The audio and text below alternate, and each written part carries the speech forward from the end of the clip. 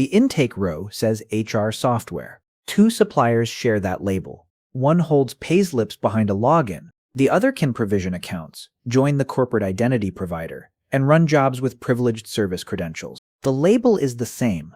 The reach is not. Two HR vendors share one label. The lenses those objects need are not the same. Those two sentences name one failure. We scored a category, and the authority sat in what the supplier could already do. Category scoping is the habit of setting assessment depth from the contractual name. HR software gets the HR packet. Security software gets the security packet. The written contract still names the purchase. The purchase name does not name the grant. Two objects that share a name still receive the same work. The packet follows the name, and the grant walks past the name. Third-party risk management has to set depth from what the supplier can already do, not from the row on the intake sheet. TPRM that files the same questionnaire for every HR logo will miss the vendor that can already create accounts in our directory. Depth that follows the label will not see a provision path.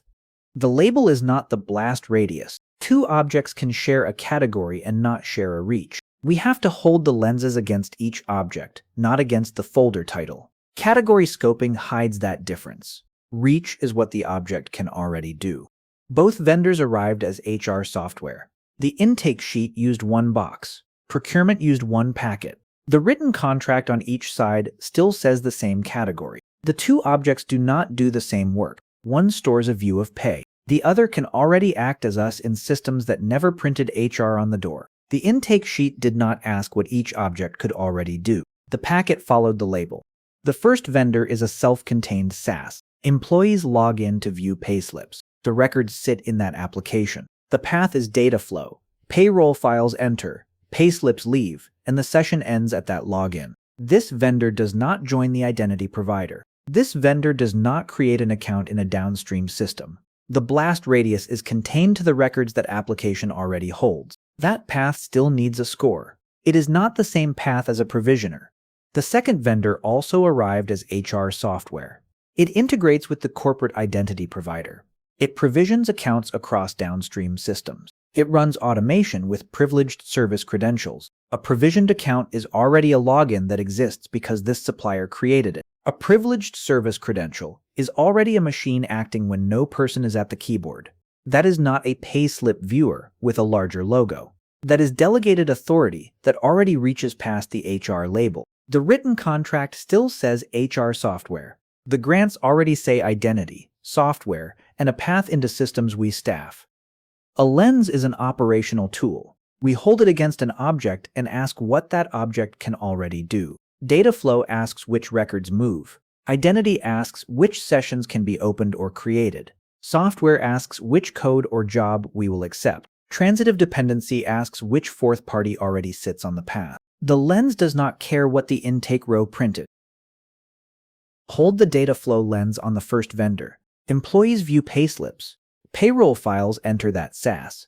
The bytes that can leave are the bytes that application stores. That is a real path. It is also a contained path. The assessment has to ask who can export those files and how long they stay. It does not have to pretend this object can create a login in our directory, because it cannot. A contained path still belongs in the folder. It does not belong in the same folder as a provisioner. Hold the identity lens on the second vendor. A join to the corporate identity provider is already a session path. Provisioning an account in a downstream system is already a create path. A privileged service credential is already a machine that can act when no person is watching. The first vendor does not light this lens. The second vendor does. The HR label does not shrink those grants.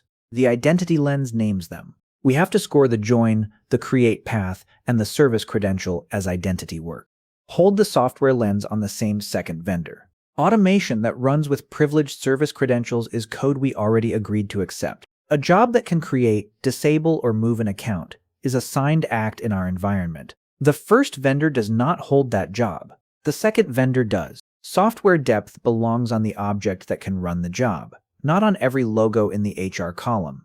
Hold the transitive lens on the second vendor as well. A join to the identity provider puts that provider's own suppliers on the path. A provisioner that writes into downstream systems carries every fourth party those systems already trust. The first vendor's blast radius stops at its own store. The second vendor's blast radius includes nodes we never put on the HR intake sheet. Both boxes stay labeled HR software. The first box holds a payslip path and nothing else. Under the second box, the identity provider, the provision path, and the privileged job draw on. The labels do not move. The reach does. Category scoping applies the same assessment depth to both objects. The questionnaire, the evidence list, and the calendar stay the same. That habit comforts the intake sheet. That habit also hides the delegated authority sitting under the second label. Equal depth is not fairness when the grants are not equal. The first vendor does not need that extra work. The second vendor does. The HR packet will close on both objects and still miss the provision path.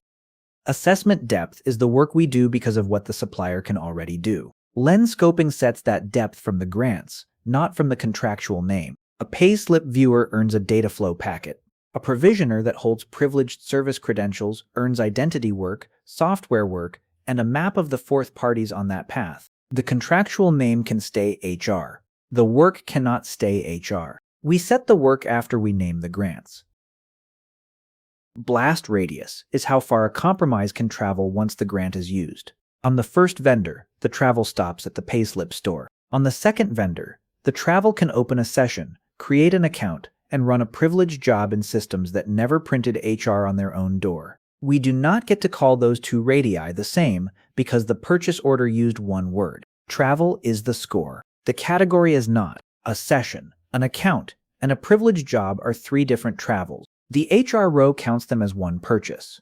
The same split sits under other labels. A translation vendor that only receives isolated document batches is Dataflow. A managed detection and response firm that holds privileged production credentials, deploys agents, and uses subcontractors is Identity, Software, and Transitive Dependency. Both can arrive as security vendors.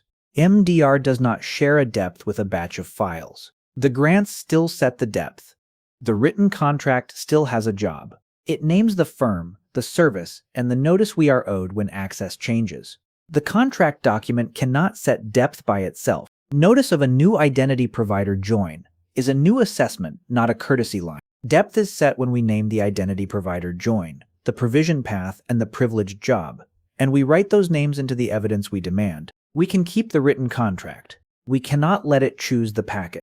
Before we file the HR packet, we ask 3 questions of each object. The first question is which records already move. The second question is which identities this supplier can already open or create. The third question is which jobs this supplier can already run with a credential we issued. The answers set the packet. The category does not.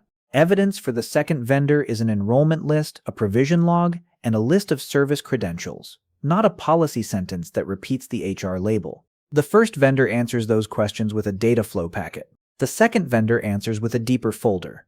Assessment depth on the second vendor is the work that matches what it can provision. It can join the identity provider. It can create accounts downstream. It can run a privileged job. The first vendor cannot do those 3 things, so it does not earn that depth. Category scoping would have given both the same folder. Lens scoping would not. That is the depth we file. That is not the depth the label asked for. Thank you.